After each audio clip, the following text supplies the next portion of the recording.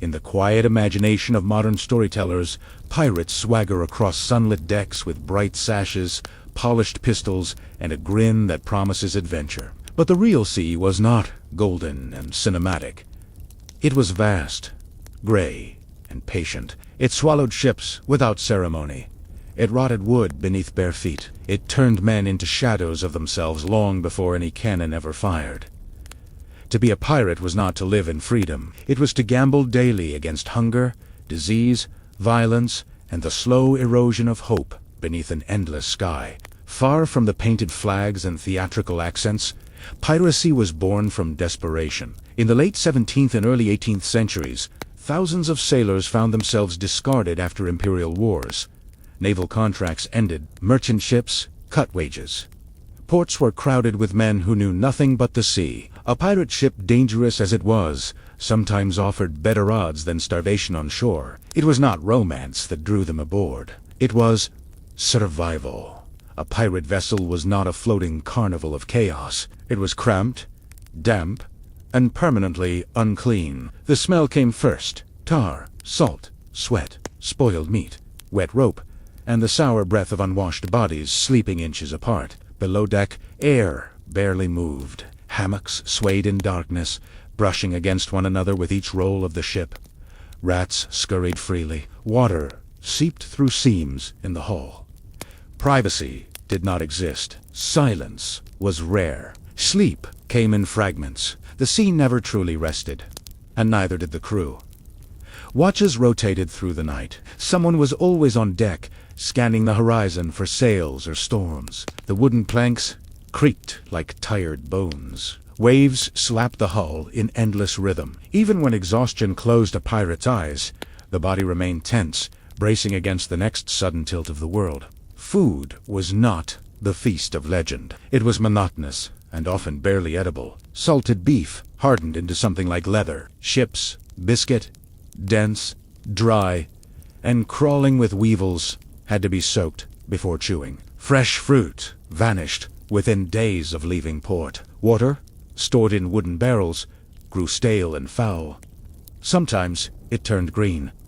Sometimes it ran out. Hunger lingered constantly, dull but persistent. Disease stalked the deck as faithfully as any lookout. Scurvy blackened gums and loosened teeth. Minor cuts festered into deadly infections. Fevers spread quickly in the close air. Below deck, there were no trained surgeons on most pirate ships. Only rough knowledge passed from sailor to sailor. Amputations, when necessary, were done with speed and alcohol. Pain was endured, not relieved. Contrary to popular myth, pirates maintained strict discipline. Survival demanded order. Articles were signed before voyages, outlining shares of plunder and punishments for theft or cowardice. A captain ruled in battle, but many decisions were voted upon. Democracy existed, but it was practical, not idealistic. A crew needed trust to function. Betrayal at sea was fatal. Punishments were swift and often brutal. A thief might be whipped before the mast. A mutineer could be marooned on a deserted island with little more than a pistol and a bottle of water. Some were tied to the ship and dragged briefly through the sea, a terror known as keel hauling in certain eras, though more myth than routine practice. Fear maintained order as effectively as loyalty. Battle itself was not constant glory, but sudden chaos. When a target ship appeared, tension sharpened the air. Cannons roared with concussive force, splintering wood into lethal shards. Smoke blinded gunners. Screams blended with the crash of timber. Boarding actions were intimate and savage, fought with cutlasses, pistols, and bare hands. There was no elegance in it, only survival. Even victory carried no guarantee of comfort. The captured cargo might be disappointing cloth, sugar, tobacco, goods difficult to divide or sell quickly. Gold was rarer than legend suggests. And every attack increased the risk of capture. Governments offered bounties. Naval patrols intensified. The noose waited in port cities from London to Kingston. Life aboard also meant enduring the sea's moods. Storms rose without mercy. Sails tore like paper. Masts cracked. Lightning illuminated faces twisted in effort as men hauled lines through rain that felt like needles. Waves taller than houses crashed across decks, sweeping anything unsecured into darkness. In such moments, the pirate was not outlaw or rebel. He was simply small. There were moments of uneasy calm, long stretches where the horizon remained empty and the wind steady. In those hours, boredom settled like dust. Men mended sails, cleaned weapons, or gambled with worn cards. Stories were told, exaggerated tales of fortune and narrow escape. Laughter drifted over open water. Yet beneath it lingered the knowledge that each calm day might precede catastrophe. The brutal truth of piracy was its brevity. Few pirates lasted long. Injury, betrayal, disease, or execution ended most careers within a handful of years. The so-called golden age of piracy burned brightly and briefly, spanning only a few decades in the early 1700s. It was not a centuries-long empire of lawless kings, but a fleeting eruption of maritime desperation. When pirates were captured, mercy was rare. Trials were swift. Gallows were public. Bodies were sometimes displayed in iron cages along busy rivers as warnings to others. The message was clear. The sea might be vast, but empire was patient. Rebellion would be answered with rope. And so, as we begin this quiet journey into their world, it helps to let go of the painted skulls and theatrical bravado. The true pirate did not stride across a cinematic sunset. He stood barefoot on damp planks, scanning an uncertain horizon, stomach tight with hunger, lungs full of salted air, aware that freedom on the ocean came at a cost few survived long enough to enjoy. Before the black flag ever rose against the wind, before the cannons thundered and the legends grew teeth, piracy had already existed for thousands of years. It did not begin in the Caribbean with dramatic accents and hidden treasure. It began wherever trade crossed water and where law could not fully reach. The sea has always been a highway without walls, and wherever goods moved across it, someone eventually decided to take them by force. In the ancient Mediterranean, long before the so-called Golden Age, sailors already feared sudden silhouettes on the horizon. Greek and Roman merchants wrote of swift raiders who emerged from rocky coves, attacking grain ships and vanishing into narrow coastal inlets. Even powerful empires struggled to control the open water. The Roman Republic eventually launched campaigns to crush Mediterranean piracy, but the very need for such campaigns reveals a simple truth. The sea resists ownership. During the early medieval period, piracy shifted forms, but never disappeared. Norse raiders, often remembered as Vikings, sailed not only for conquest but for plunder. Their longships cut silently across cold northern waters, striking monasteries and coastal towns.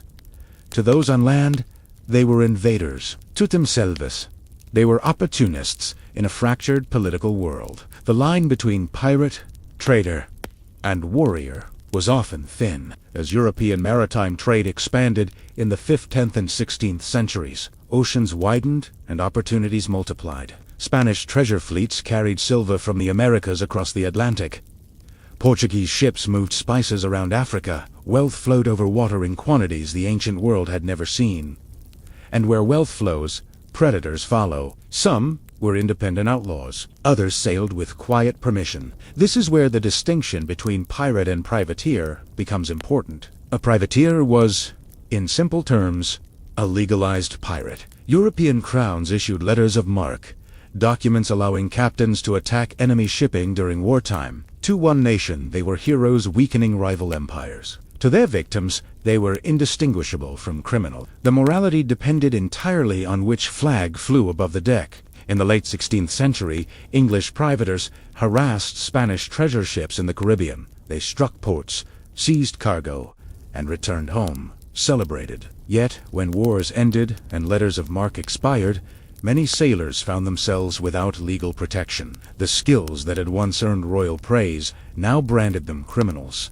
Some adapted to peaceful trade, others did not. They continued the only life they knew. By the late 17th century, a convergence of forces created ideal conditions for widespread piracy. Major European wars, including conflicts between England, France, Spain, and the Netherlands, had employed thousands of sailors. When peace treaties were signed, navies shrank dramatically. Merchant companies reduced wages. Harsh discipline aboard legal ships, including brutal floggings and withheld pay, made pirate life appear, paradoxically, more appealing. Ports in the Caribbean became gathering points for restless men. Islands like New Providence in the Bahamas offered shallow harbors and limited oversight. Colonial governors were often underfunded or corrupt, willing to overlook piracy in exchange for bribes or protection. The Caribbean's geography scattered islands, hidden coves, complex currents favored those who knew the waters intimately.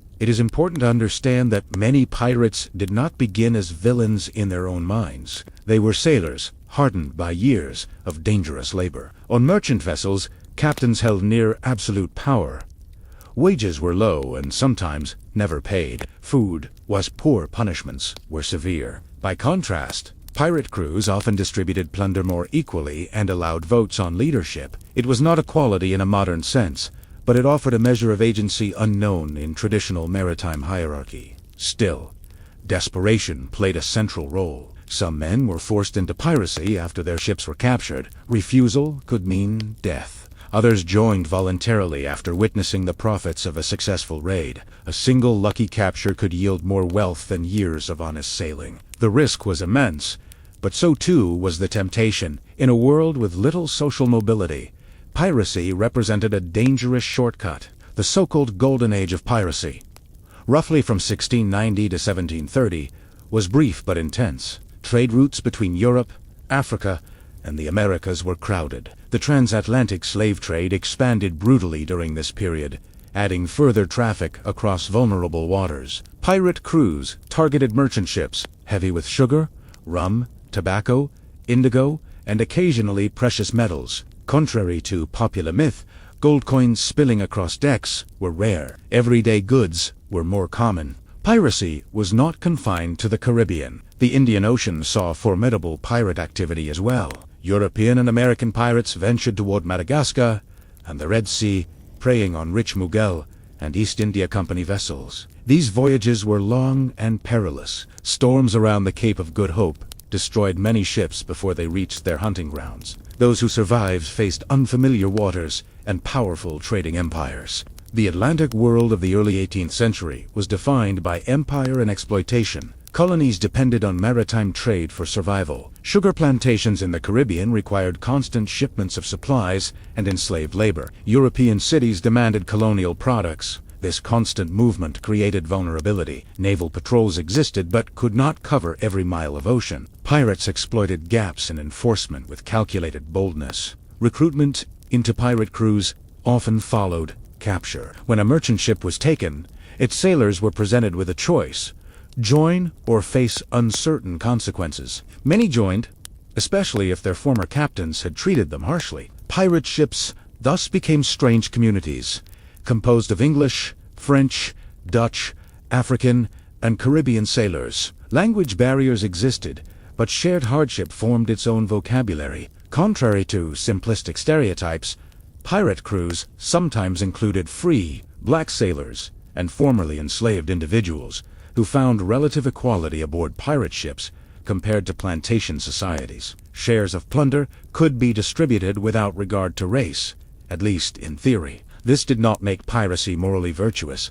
Raids were often violent and indiscriminate, but it reveals the complex social structures that emerged in spaces beyond direct imperial control. Pirate captains were not crowned monarchs of chaos. They were elected and could be deposed. A quartermaster often balanced the captain's authority, representing the crew's interests. In battle, discipline was strict. In calmer times, leadership required persuasion rather than fear alone. The structure was pragmatic. Without cooperation, survival at sea was impossible. As piracy grew, so did the response. European governments recognized the threat to commerce. Naval patrols intensified. Rewards were offered for captured pirates. Former privateers who once enjoyed royal favor now found themselves hunted. Pardons were occasionally issued to encourage surrender, but distrust lingered on both sides. A pirate who accepted clemency risked betrayal. A government that offered mercy risked appearing weak. The brutality of piracy was not limited to its victims.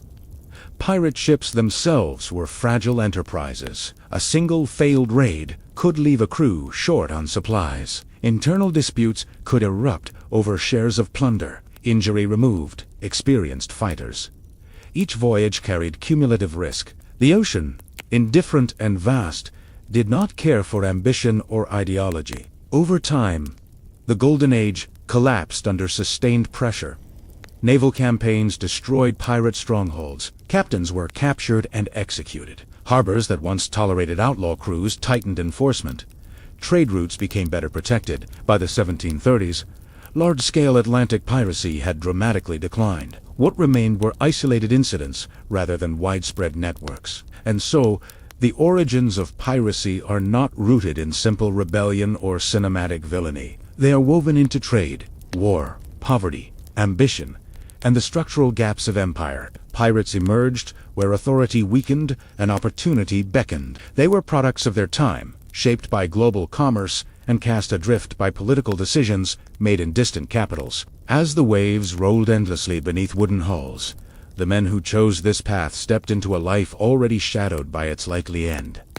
The Black Flag did not promise glory. It promised risk immense, immediate, and often final. And yet, for a few brief decades, enough men believed the gamble worth taking to carve their names into the uneasy memory of the sea. Weapons aboard a pirate ship were not symbols of style. They were tool-savvy, unreliable, and often terrifying even to the men who carried them. Contrary to dramatic portrayals, pirates did not stride into battle with endless ammunition and flawless aim. Gunpowder clumped in humidity. Flintlocks misfired, blades dulled quickly in salt air. Every weapon required constant care, and event-10 failure was common. The most iconic firearm of the era was the flintlock pistol. It was short, designed for close quarters, and notoriously inaccurate beyond a few meters. Pirates often carried multiple pistols tucked into belts or sashes, not because they were elegant, but because reloading during combat was slow. A single shot, a burst of smoke, and then the pistol was discarded or holstered in favor of another. Efficiency mattered more than style. Muskets were also present, particularly during longer engagements. These were heavier and more accurate at a distance, but they required steadiness and time. On a rolling deck, both were in short supply. The recoil bruised shoulders, sparks burned hands. Powder smoke clouded vision until battlefields became suffocating fogs of noise and confusion. Bladed weapons were more dependable. The cutlass, with its short, curved blade, was ideal for tight spaces. Boarding actions happened quickly, often in narrow corridors between masts and rigging. A longsword would catch on rope or railing. The cutlass hacked rather than sliced, designed for durability over finesse. Edges chipped, hands blistered. Combat was messy and exhausting. Boarding axes and knives supplemented swords. Axes could cut through rigging or serve as brutal close combat weapons. Knives were constant companions, used as often for rope as for defense. Steel was practical. Ornamentation was rare. Weapons were carried not for display, but because survival demanded readiness. Cannons were the largest and most dangerous tools aboard. Mounted along the ship's sides, they required teams to operate. Loading a cannon was a precise ritual. Swab the barrel, insert powder ram wadding, place the shot, secure it, aim carefully. Timing mattered. Too much haste could cause catastrophic misfires. Too much delay allowed the enemy to fire first. Contrary to legend, pirates rarely aimed to sink ships outright. A sunken vessel yielded little plunder. Instead, they targeted masts and rigging, disabling mobility. Cannonballs tore through wood with devastating force, splintering hulls into lethal fragments. These splinters caused as many casualties as the iron shot itself. A single well-placed volley could cripple a merchant vessel without destroying its cargo. Battle strategy depended on intimidation. The sudden raising of a black flag, often adorned with skulls or hourglasses, signaled intent. The message was simple: surrender and live. Resist and suffer. Many merchant crews, outgunned and outnumbered, chose compliance. Pirates preferred minimal damage and minimal casualties. Dead sailors could not reveal hidden cargo, and wounded pirates weakened future raids. Yet resistance did occur. Some captains fought fiercely to protect valuable shipments. Naval escorts sometimes accompanied merchant fleets.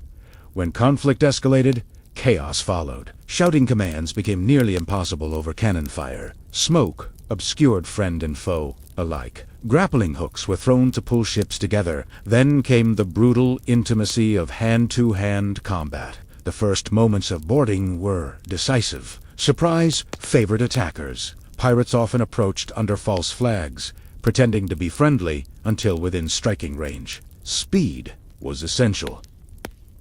Hesitation invited counterattack. Once decks collided, the fight became personal facile, fear undeniable. There was no distant anonymity. Injuries were frequent and horrifying. A misplaced shot could shatter bone. A blade could slice deeply before adrenaline masked pain.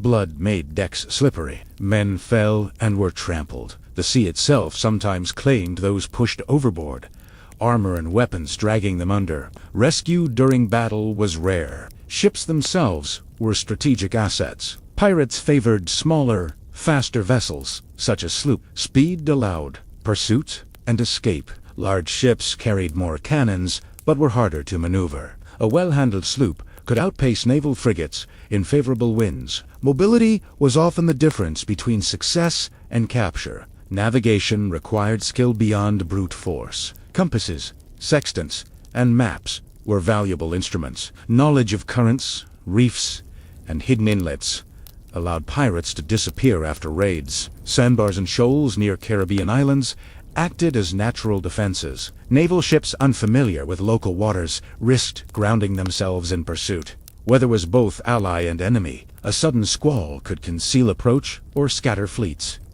Fog provided cover, but storms could also destroy months of preparation in minutes. Rigging snapped. Cannons broke loose.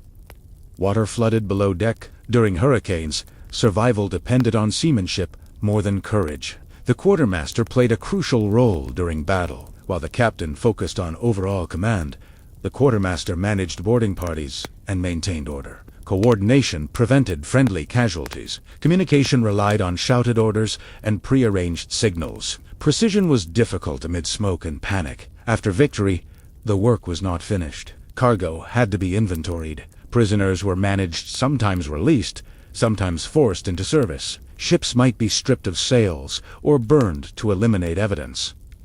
Decisions were pragmatic. Keeping too many captives strained supplies. Destroying ships sent messages to others. Psychological warfare mattered. Reputation traveled faster than ships. A captain known for brutality might induce faster surrender in future encounters. Some pirates cultivated fear deliberately, exaggerating violence to minimize resistance. Others preferred negotiation. Image was strategy. Despite preparation, uncertainty governed every engagement. A hidden naval escort could emerge unexpectedly. Reinforcements might appear on the horizon. Ammunition could run low. A single mistake in sail handling might leave a pirate ship exposed. Success depended on adaptability as much as strength. Weapons and tactics reveal a reality far removed from theatrical swordplay. Battles were brief, violent, and disorienting.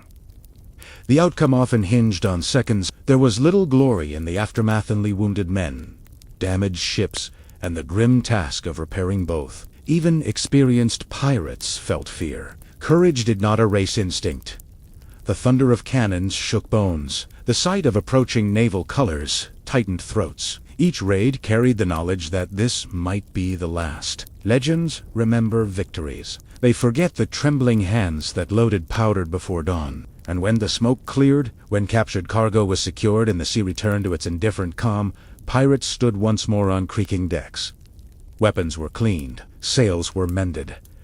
The horizon stretched ahead, unchanged. The tools of violence rested briefly, waiting for the next decision that might bring Forkenor final silence. If violence was the visible face of piracy, then Lestrain improvised, and severe was its hidden spine. A pirate ship could not function on chaos alone. Survival required structure, and so, before a voyage truly began, many crews gathered to agree upon a written code. These articles were read aloud, debated, and signed or marked by each man. It was not a ceremony of idealism, it was insurance against disorder. The pirate articles outlined expectations with blunt clarity. Shares of plunder were carefully calculated. The captain often received a slightly larger portion, but nowhere near the vast wealth enjoyed by naval officers in imperial fleets. The quartermaster received a defined share. Skilled specialist carpenters, surgeons, gunners were rewarded slightly more for their expertise. The rest divided the remainder equally. Compensation for injury was also specified. A lost arm might earn a certain number of pieces of eight, a lost leg, another sum. The loss of an eye or finger had its assigned value. These clauses were not sentimental gestures. They recognized the brutal mathematics of risk. Every pirate knew that battle or accident might maim him permanently. The code offered at least some promise of support.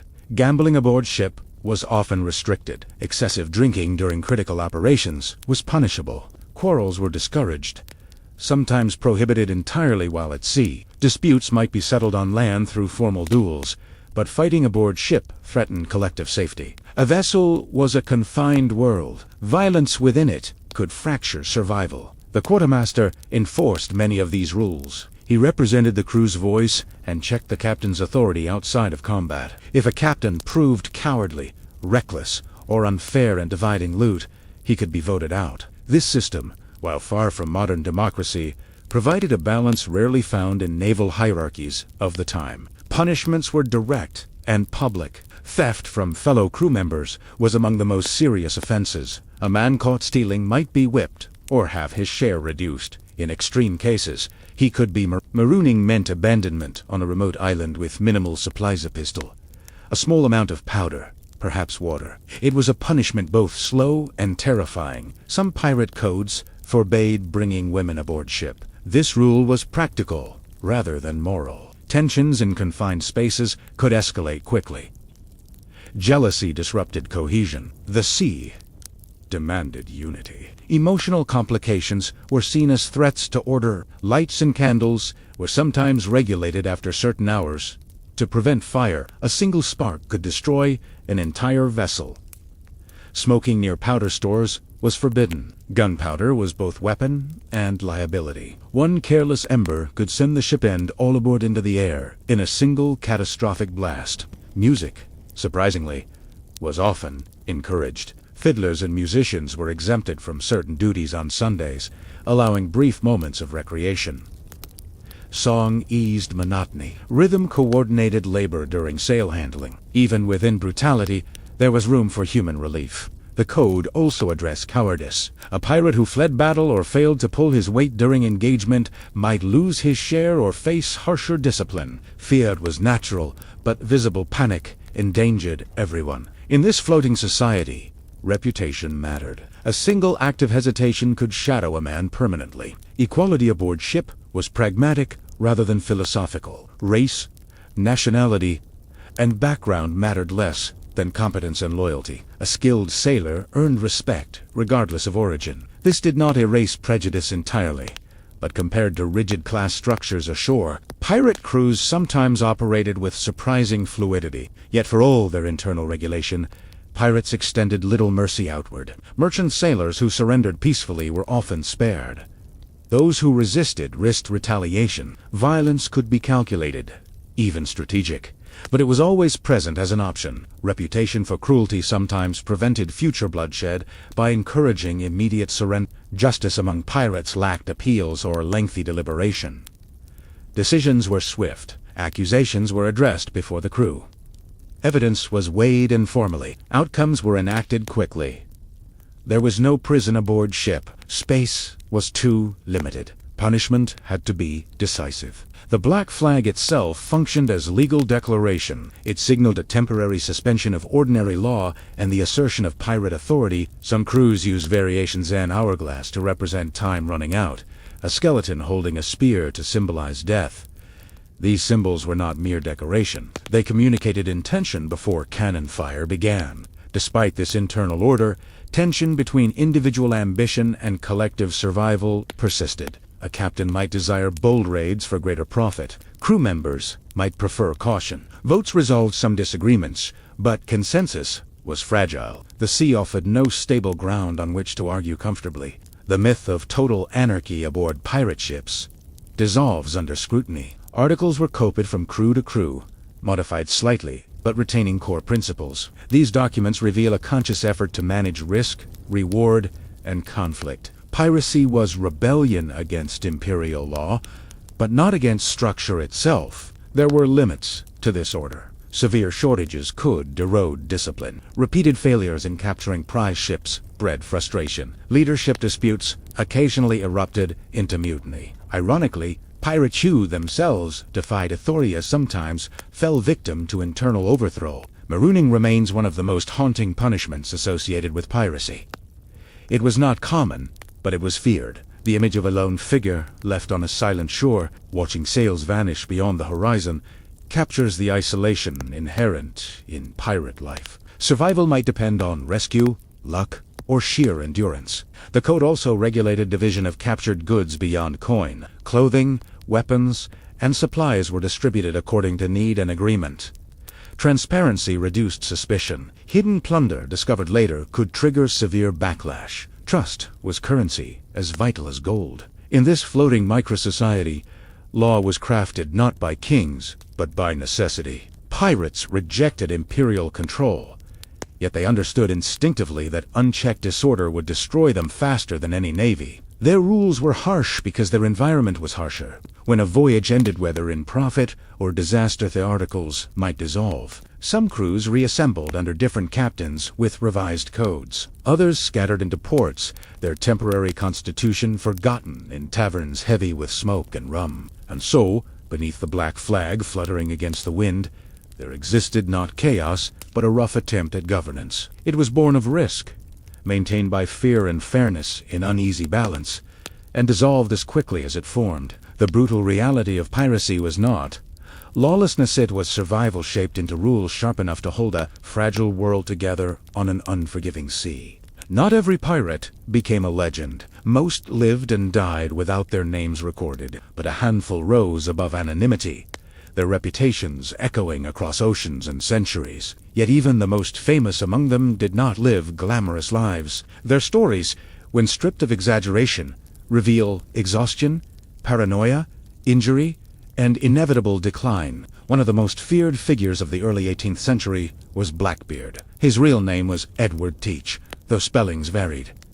He cultivated terror deliberately. Before battle, he tied slow-burning fuses into his beard, allowing smoke to curl around his face, transforming himself into something almost demonic in appearance. The effect was psychological warfare. Many ships surrendered without firing a shot. Yet beneath the theatrical exterior was a calculating sailor who understood that fear preserved lives, his own included. Blackbeard commanded the Queen Anne's Revenge, a captured French slave ship refitted for war. It was heavily armed and intimidating.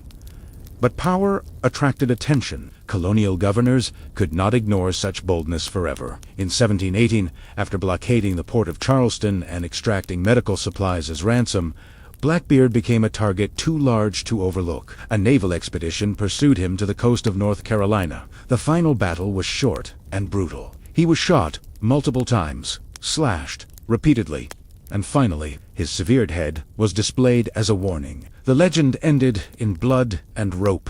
Another formidable captain was Bartholomew Roberts, often called Black Bart.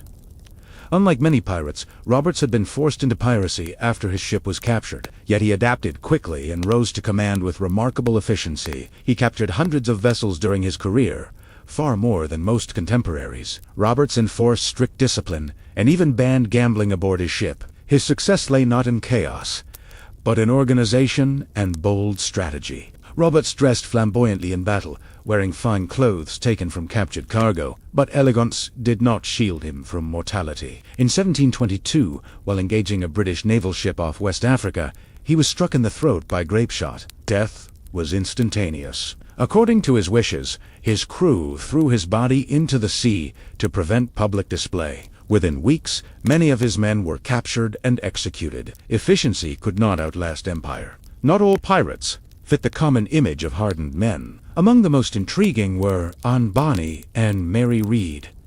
Both sailed disguised as men for periods of their lives, participating fully in combat. Their presence aboard pirate ships challenges simplistic assumptions about gender roles at sea. Contemporary accounts describe them as fierce and unflinching in battle. And Boney's temper was noted as volatile, while Mary Read's background included years of passing as male to secure work and military service. When their ship, commanded by Calico Jack Rackham, was captured, most of the male crew were reportedly too drunk to fight effectively. Bonny and Read resisted fiercely, but were ultimately over. At trial, both pleaded pregnancy to delay execution, a legal strategy known as pleading the belly.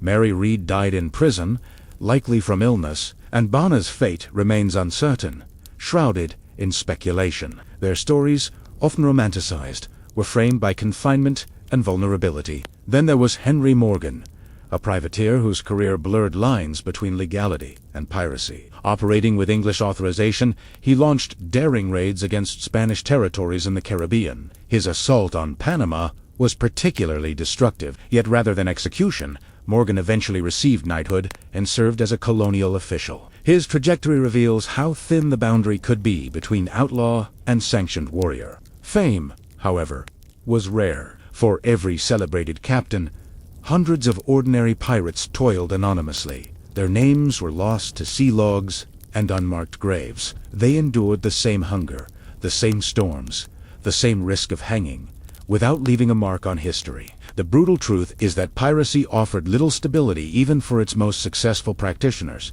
Reputation often exaggerated cruelty. Stories of buried treasure maps and secret hoards fueled imagination. But historical evidence suggests that pirates spent wealth quickly. Port cities like Nassau and Port Royal became temporary havens of indulgence. Rum flowed freely. Gambling tables crowded taverns thick with smoke.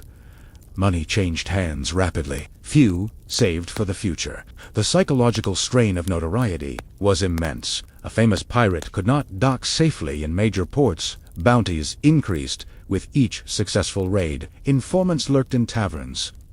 Alliances shifted, trust narrowed to a small circle, sometimes shrinking further after betrayal. Sleep, already scarce at sea, became lighter on land. Public executions were theatrical and intentional. Authorities sought to dismantle the mystique surrounding pirate life. Condemned men were marched through streets, sometimes forced to watch others hang before their own turn arrived. Bodies were displayed in iron cages near harbors, left to decay as warnings. The message was meant to be unmistakable. Even pardons offered uncertain refuge. Some pirates accepted royal clemency, swearing to abandon their former lives. A few attempted honest trade or farming, but reintegration proved difficult. Skills learned at sea did not translate easily ashore.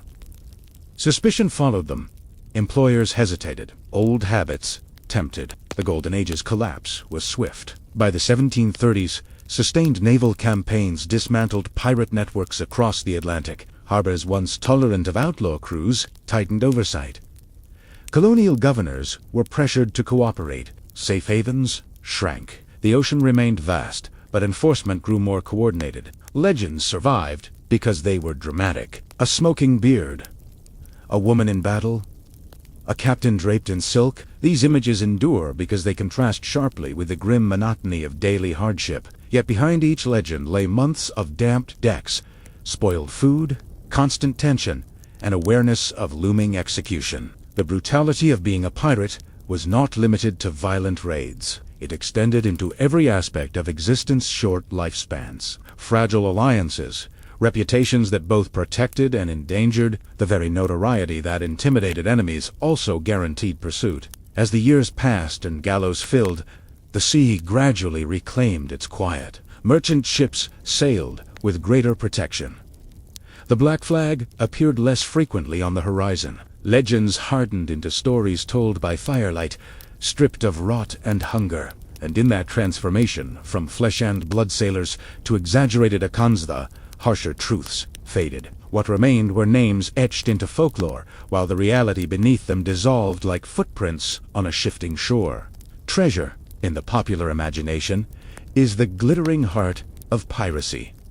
Chests overflowing with gold coins, jewels spilling across wooden planks, maps marked with careful X's beneath swaying palm trees. But the brutal reality of pirate wealth was far less cinematic. Most voyages yielded ordinary cargo barrels of sugar, bundles of tobacco, bolts of cloth, crates of indigo. Valuable? Yes. Romantic?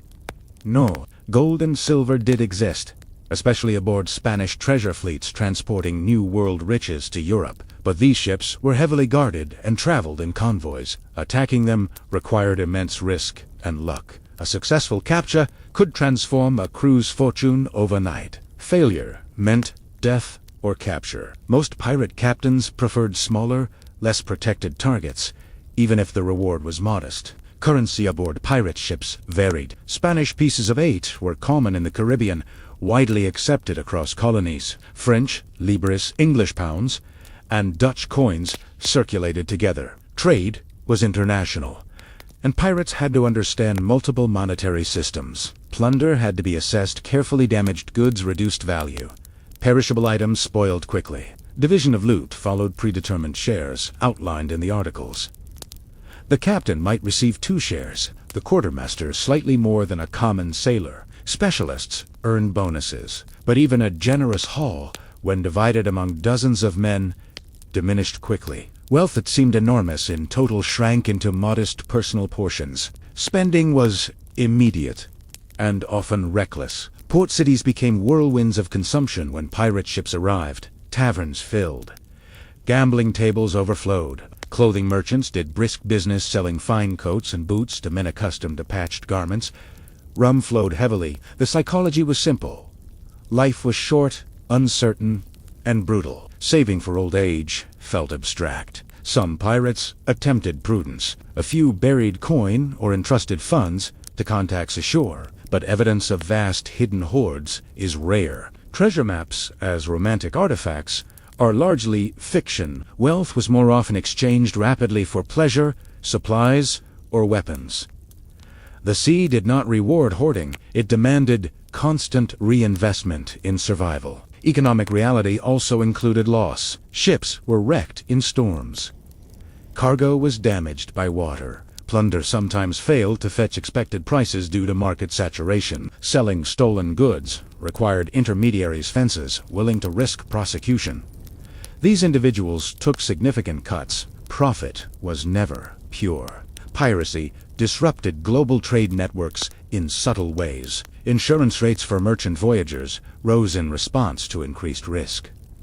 Naval patrol budgets expanded. Colonial economies felt the strain of interrupted shipments. In this sense, pirates were not isolated criminals, but participants in a broader economic ecosystem shaped by empire and commerce. The Caribbean itself functioned as a hub of exchange. Ports like Nassau briefly thrived as similarless marketplaces where stolen goods blended with legitimate trade. Governors sometimes turned blind eyes in exchange for bribes or protection. Corruption blurred moral lines. Wealth flowed in complex channels, not simple arcs of villain and victim. Beyond coin, pirates valued practical goods. Medical supplies were precious. After Blackbeard blockaded Charleston, his primary demand was a chest of medicines.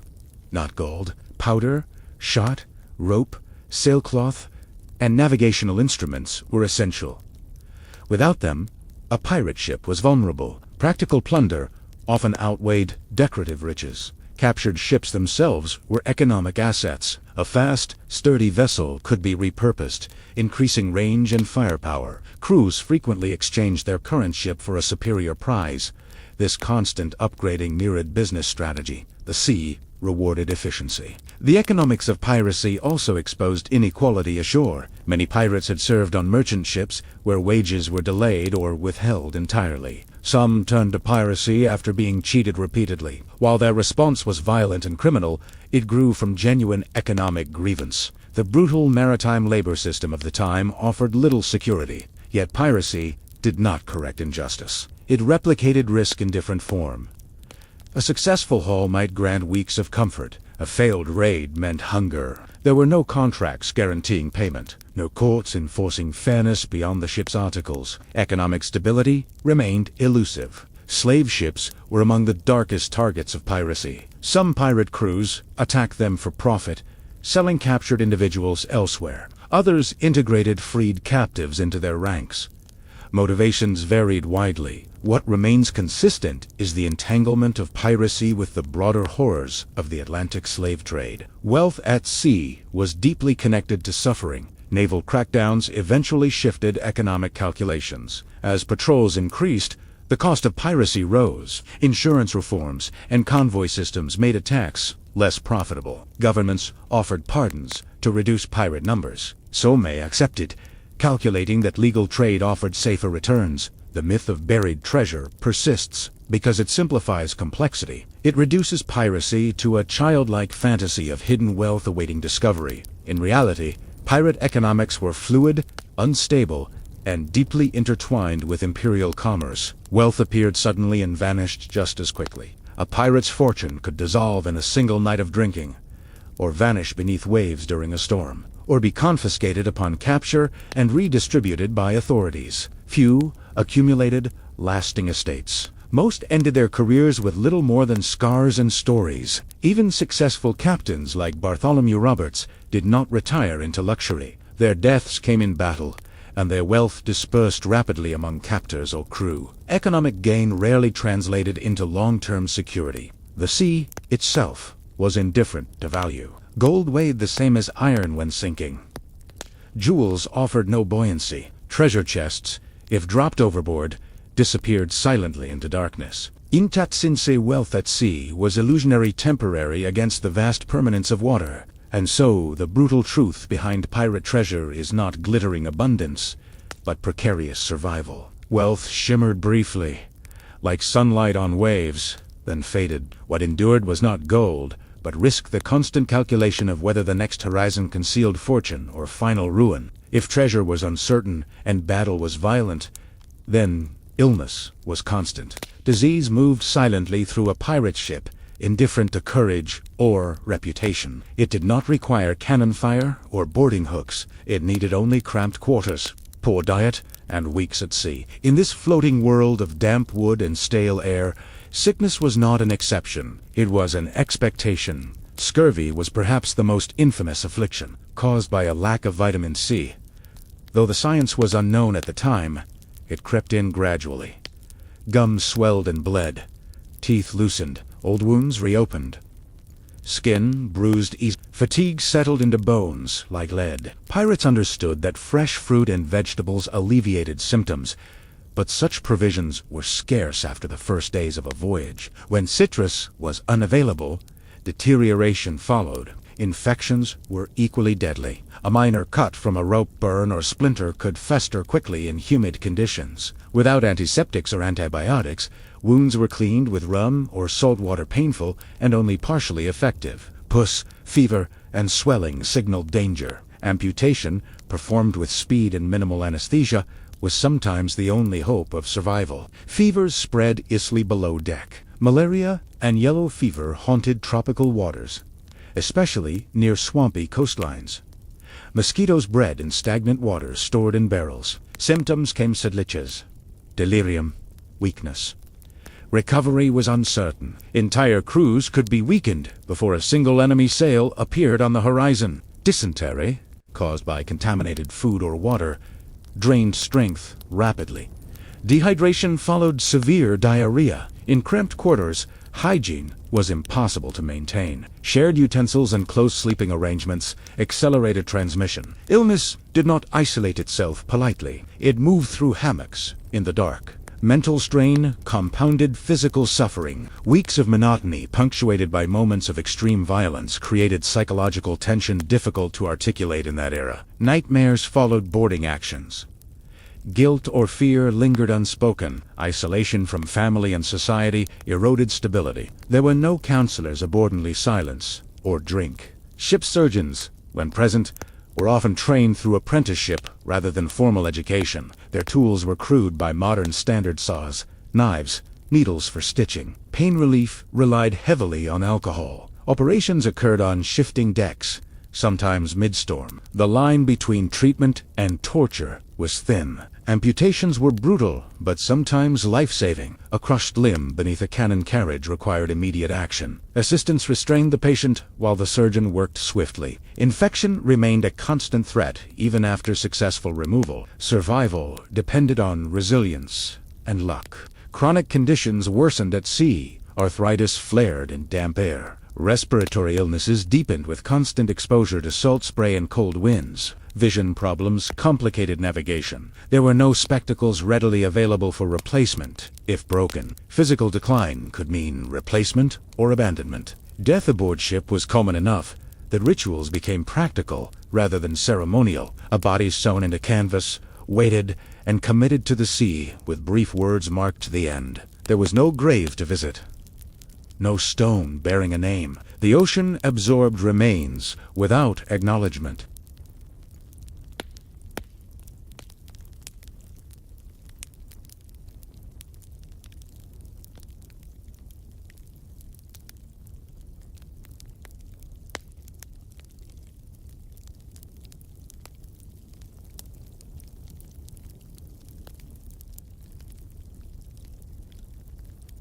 Storm injuries added to medical burden. Broken ribs from falls, concussions from swinging blocks, torn muscles from hauling lines, and violent wind bees were routine hazards. The ship itself was an unforgiving machine of wood and rope. Alcohol functioned as both medicine and escape. Rum dulled pain temporarily and disinfected wounds superficially. It also clouded judgment. Overindulgence could lead to accidents or poor decisions in battle. Yet in a life marked by constant threat, intoxication offered brief relief from anxiety. Quarantine at sea was nearly impossible. When illness appeared, space constraints prevented isolation. Sick men remained among the crew, breathing the same air, touching the same ropes. Outbreaks sometimes determined the fate of voyages more decisively than enemy ships. Ports offered temporary respite, fresh food, rest, medical attention if affordable. But ports also carried new diseases. Crowded taverns and unfamiliar environments exposed crews to infections from across the Atlantic world. Recovery ashore was uncertain and often brief. The brutality of pirate life extended beyond visible scars. Teeth blackened and fell out.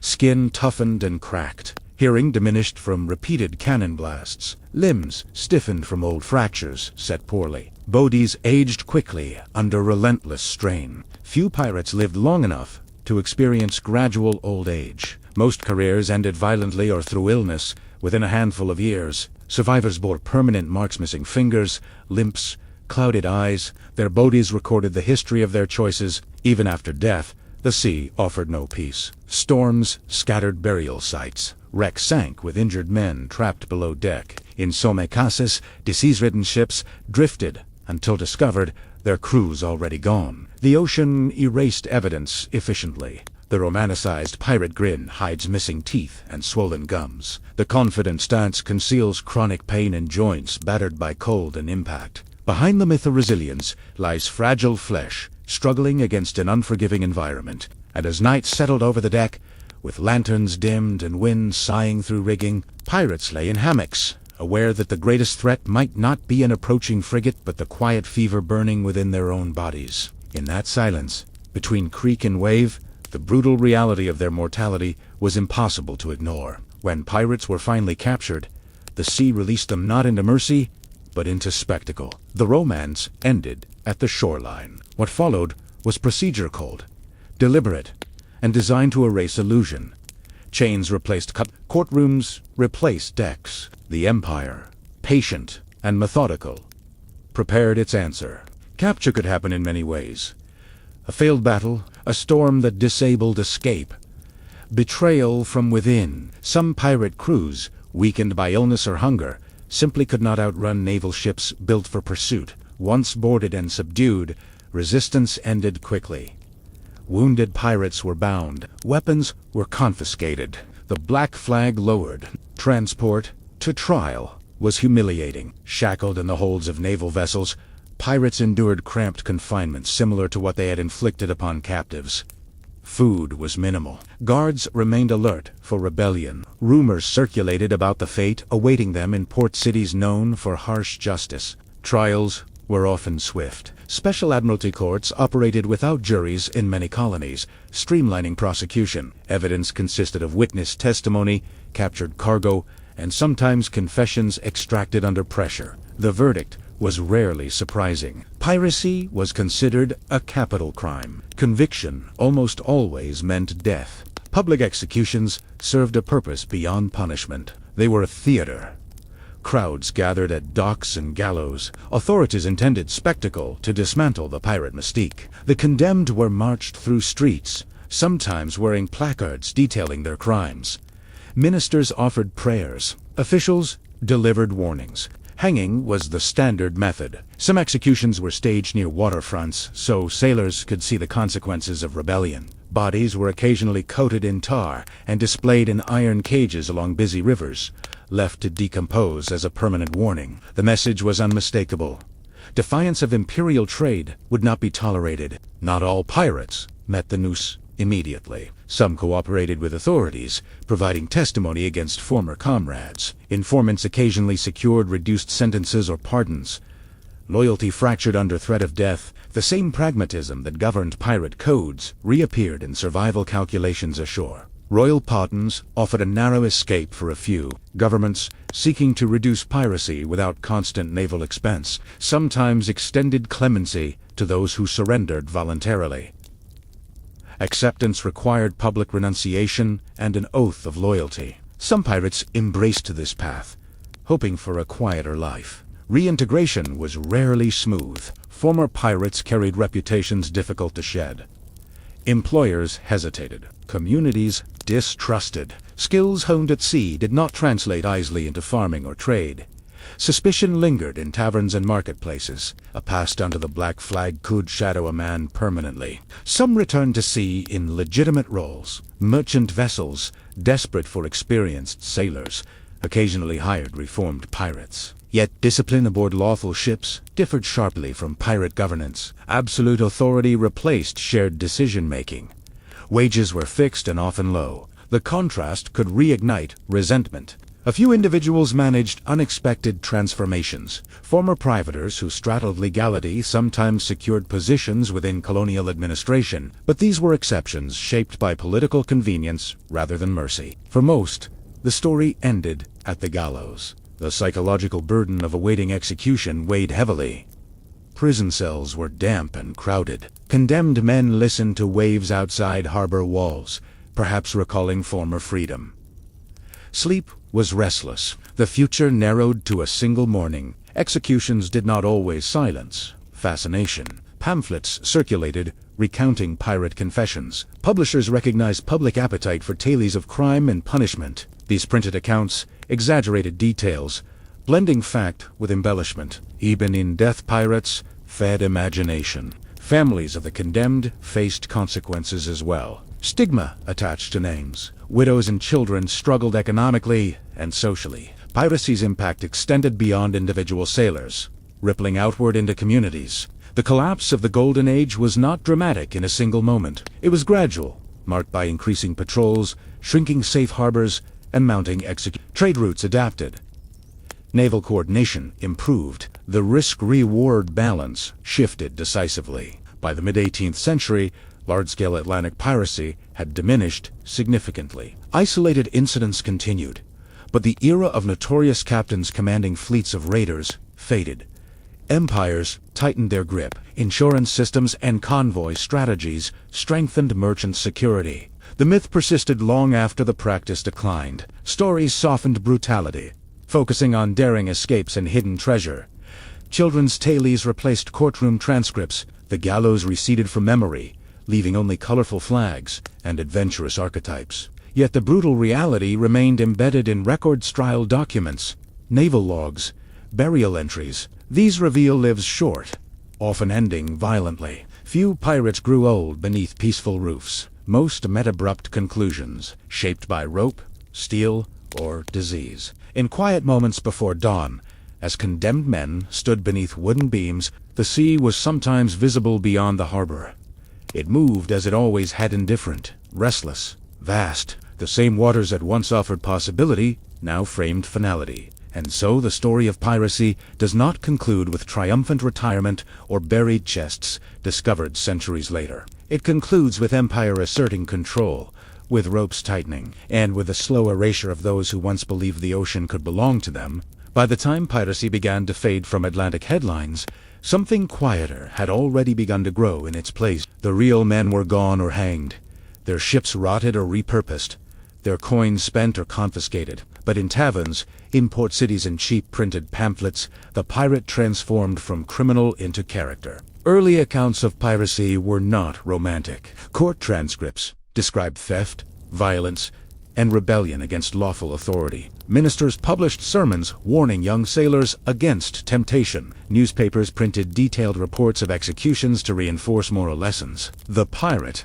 in these sources, was a cautionary figure. Yet even in condemnation, fascination lingered. Readers devoured accounts of daring escapes and dramatic sea battles. Details that frightened authorities intrigued the public. The more brutal the crime, the more compelling the narrative. Publishers quickly realized that piracy sold papers. One of the most influential early works shaping pirate mythology was a book often attributed to Captain Charles Johnson, a mysterious author whose identity remains debated. His compilation of pirate biographies introduced colorful anecdotes, dialogue, and dramatic flair.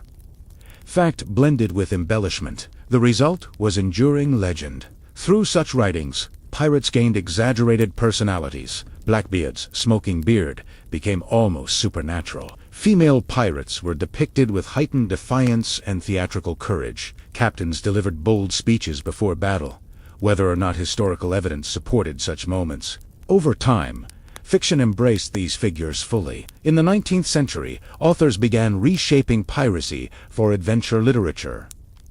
Treasure maps emerged as central plot devices. Deserted islands became stages for moral growth and youthful heroism. The pirate shifted from menace to thrilling antagonist or even flawed protagonist. Perhaps the most influential fictional work was Treasure Island by Robert Louis Stevenson. Stevenson's novel solidified many modern pirate tropes.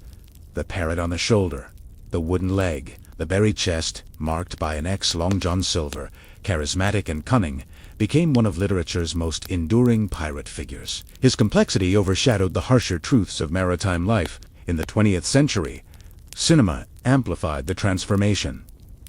Hollywood polished rough edges into spectacle. Swashbuckling heroes swung from ropes with effortless grace. Sword fights became choreographed duels rather than chaotic brawls. Costumes brightened. Ships gleamed under studio lighting. Films like Captain Blood romanticized piracy as rebellion against tyranny. Later productions leaned into fantasy, portraying curses, supernatural forces, and comic mischief. By the time franchises like Pirates of the Caribbean, The Curse of the Black Pearl captivated global audiences, the pirate had evolved into a near-mythical archetype, charming, witty, and strangely noble. This evolution reveals something about collective memory.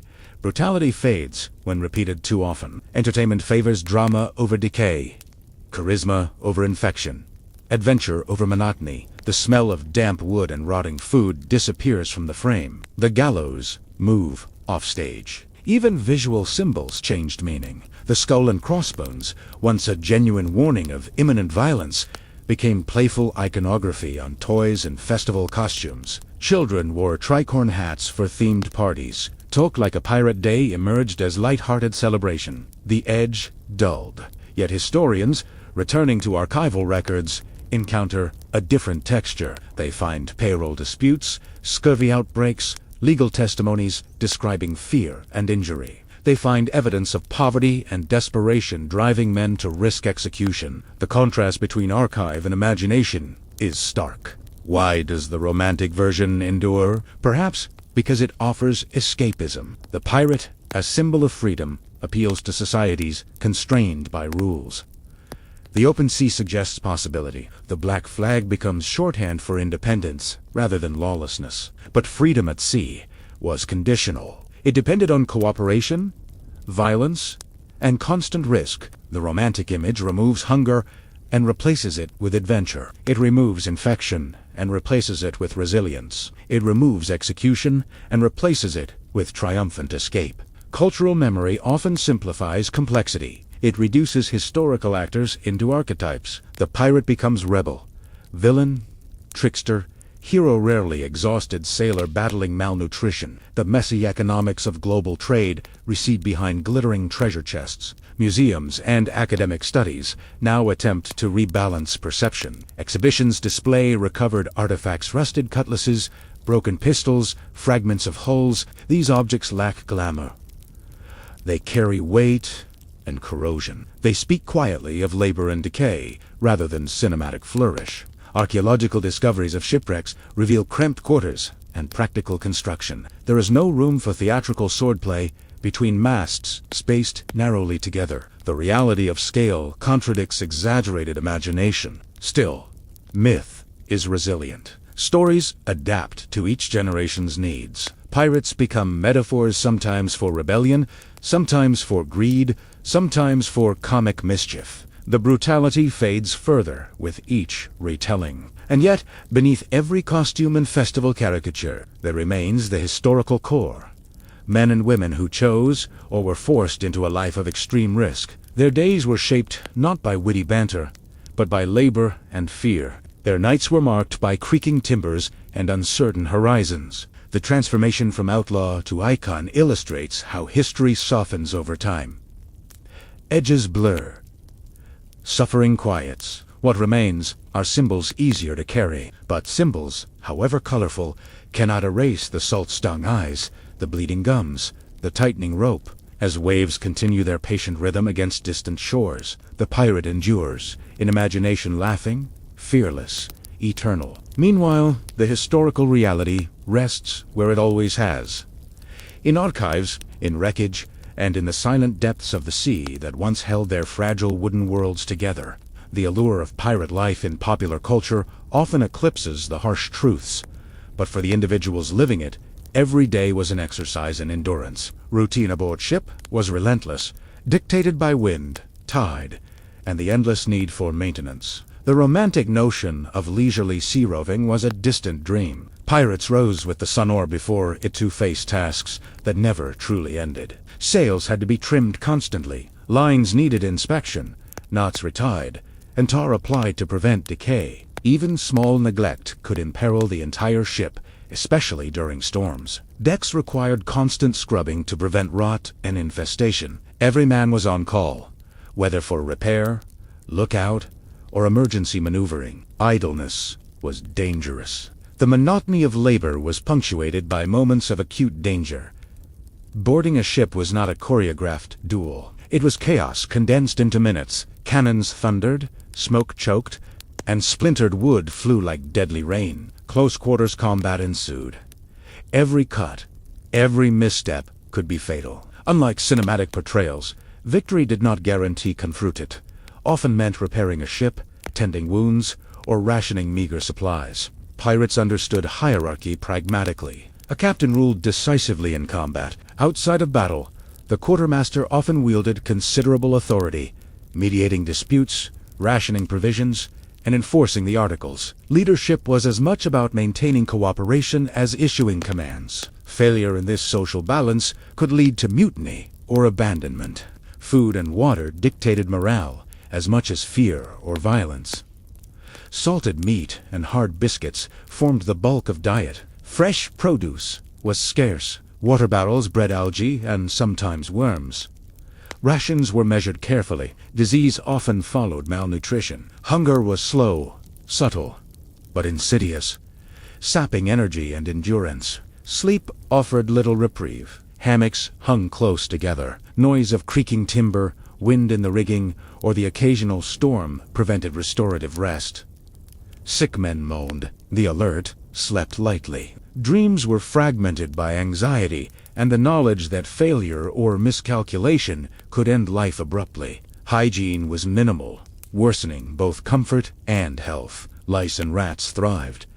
Infections festered. Bathing meant risking hypothermia in the ocean or waiting for distant ports. Scurvy, dysentery, and other diseases were omnipresent, often killing more men than enemy guns. Survival was as much about resisting illness as evading naval pursuit. Mental strain compounded physical hardships. Men coped with fear, boredom, and interpersonal tensions simultaneously. Quarrels over shares, rank, or attention from women ashore could escalate dangerously. Discipline was enforced through agreed-upon articlass, but enforcement depended on consensus, leaving room for resentment and instability. Weather dictated opportunity and risk. Storms could destroy entire fleets in hours. Calm seas delayed raids and prolonged hunger.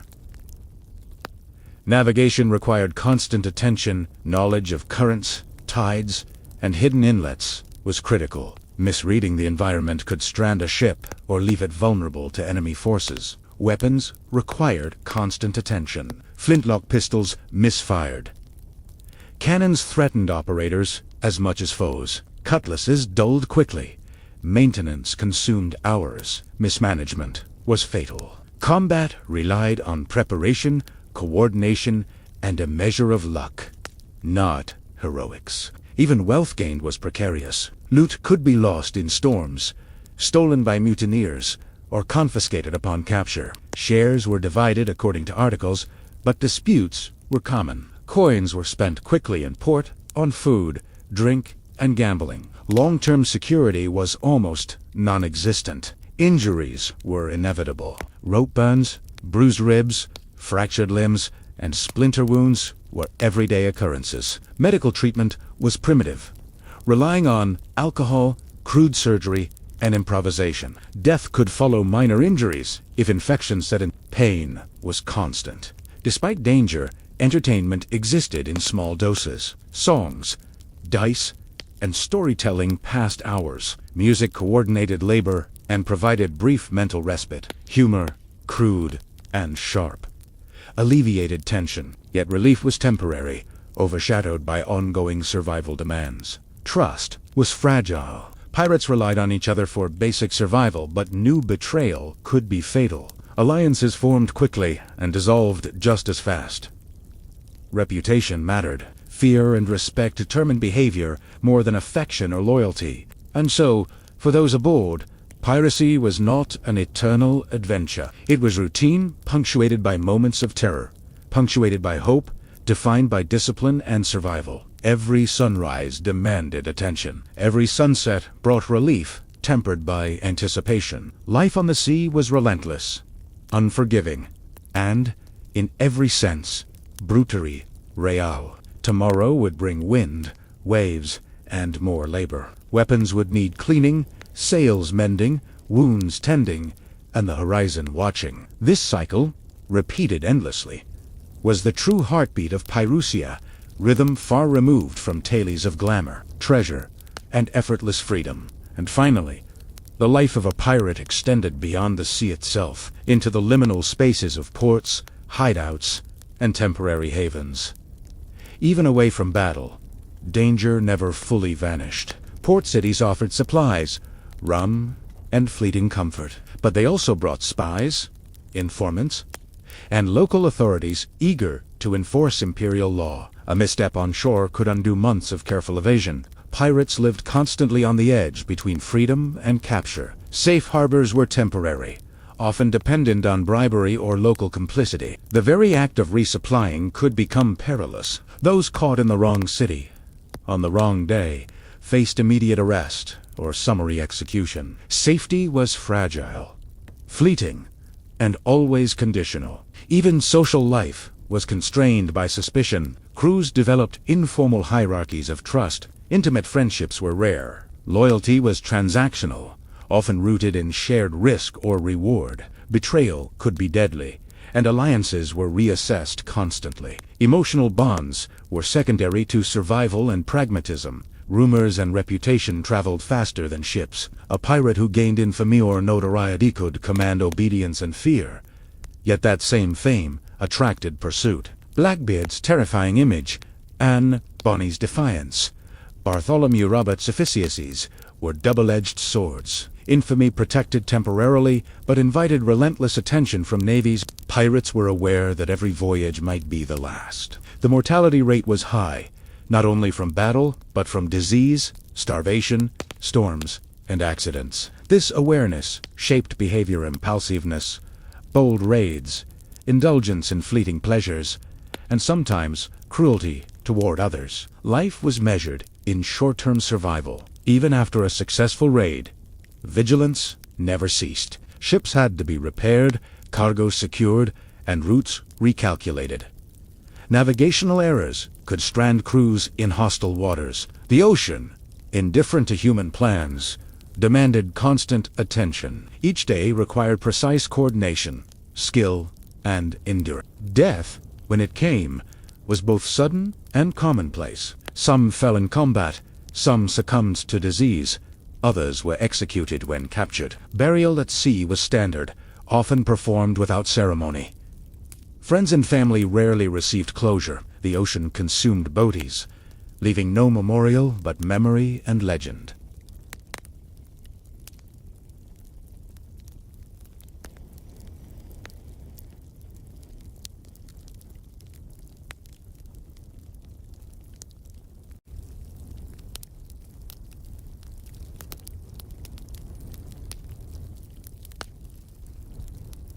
The allure of pirate myth persists precisely because it obscures these hardships. Stories of buried treasure, flamboyant captains, and swashbuckling exploits omit the months of toil, fear, disease, and death. The reality was unromantic, relentless, and often short-lived. Survival was the only consistent triumph. Piracy, in its essence, was a paradox.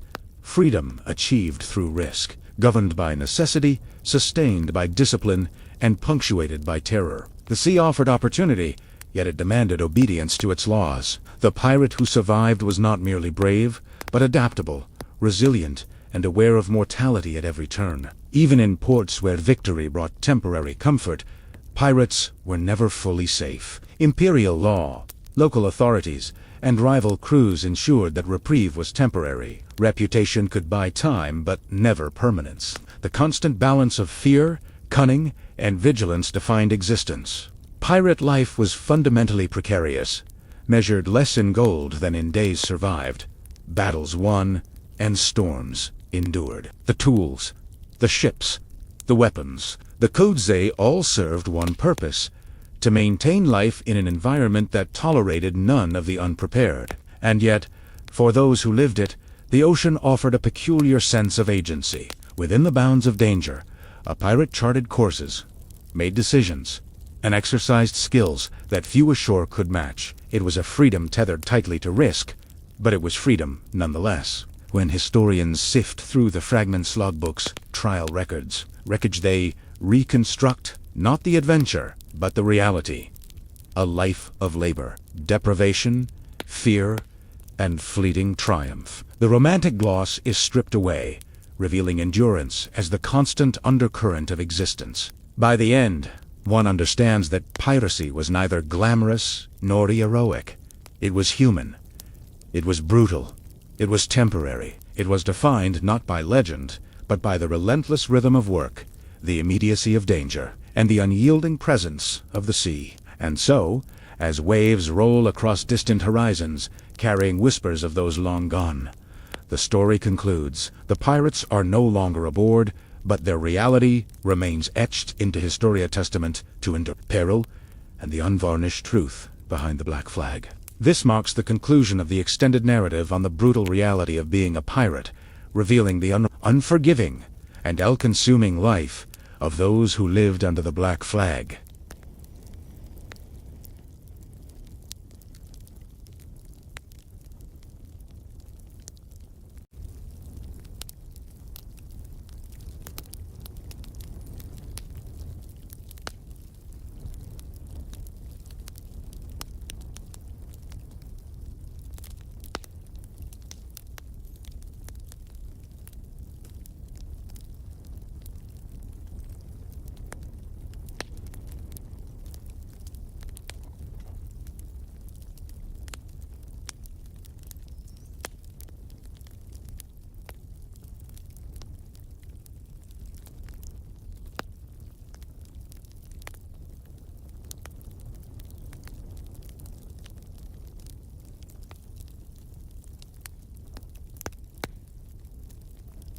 Today we will talk about a very old history topic.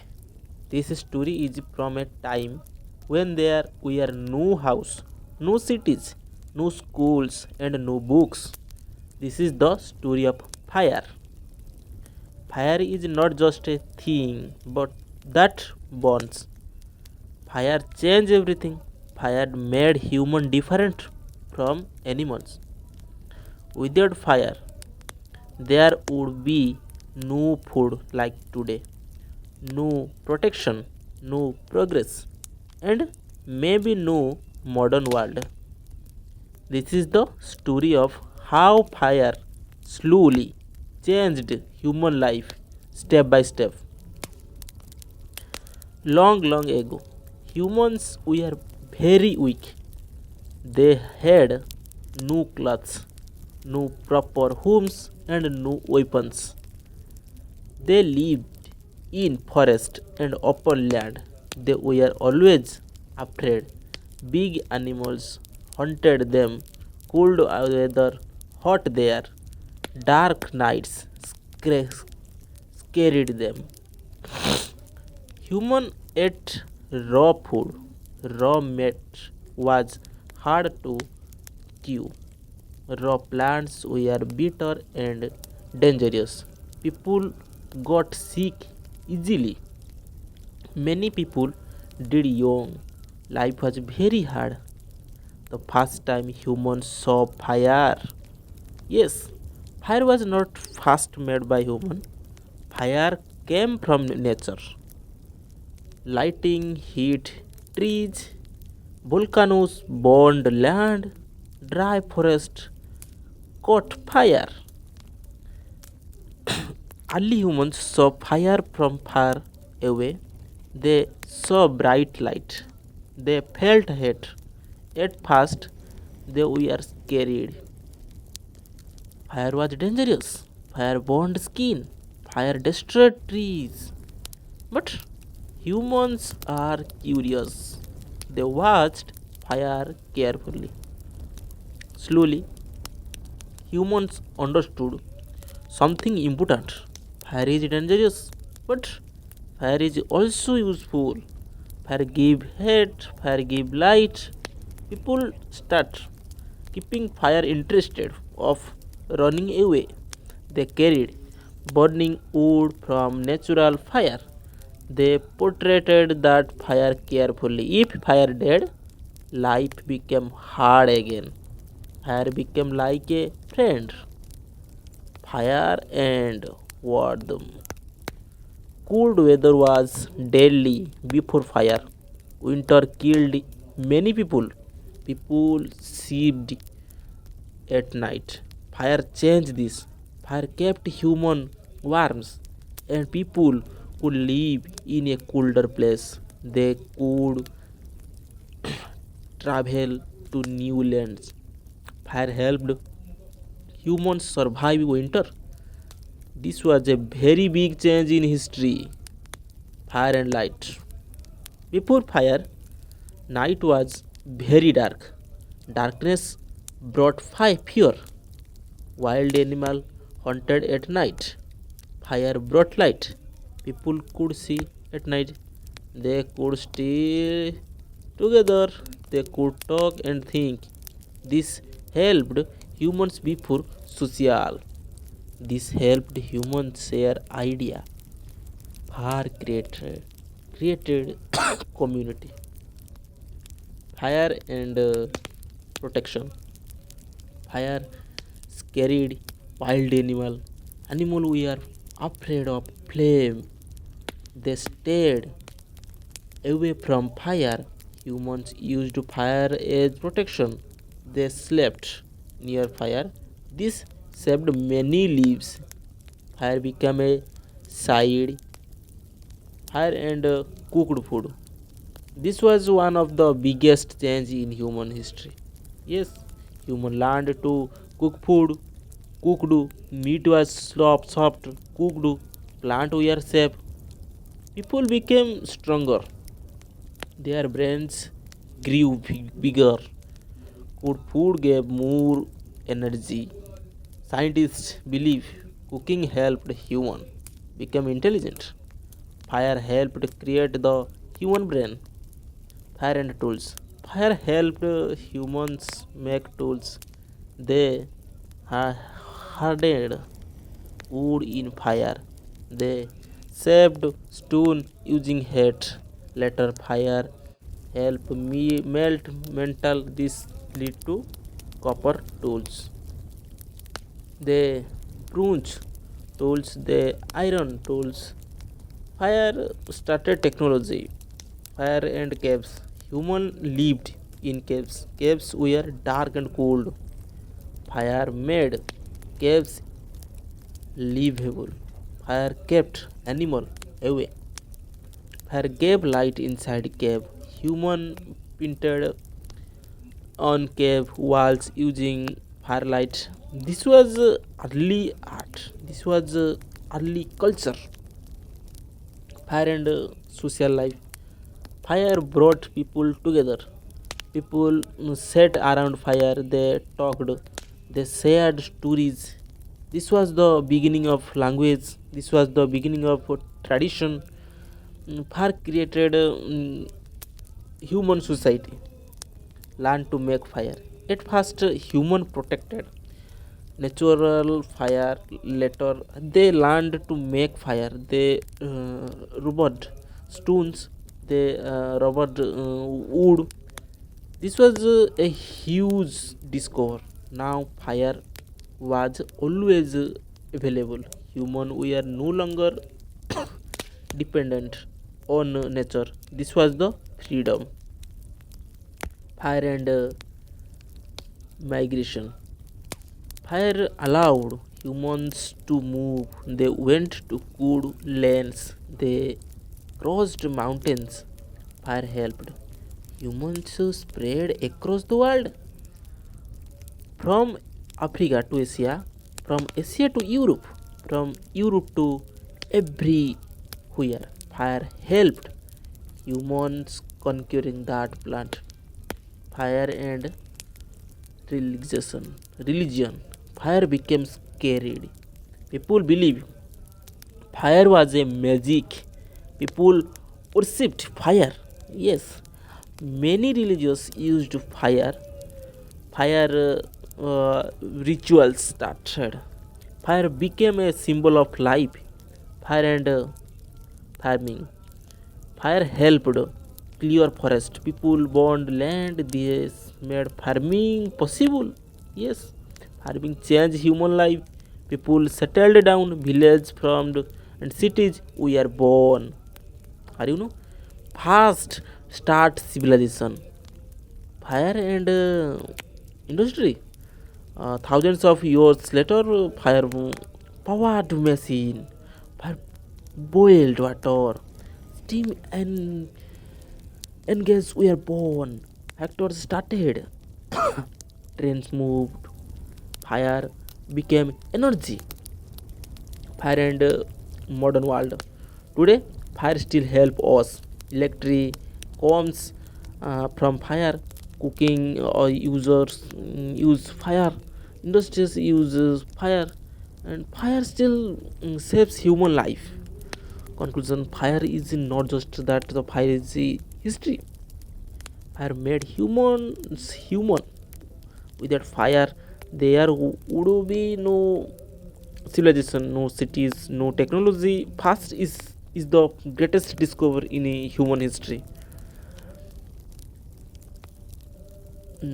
This, thank you today. Now this is a very interesting story. I am feeling very relaxed now, because I am try to very best now to please subscribe, like, and comment. Thank you.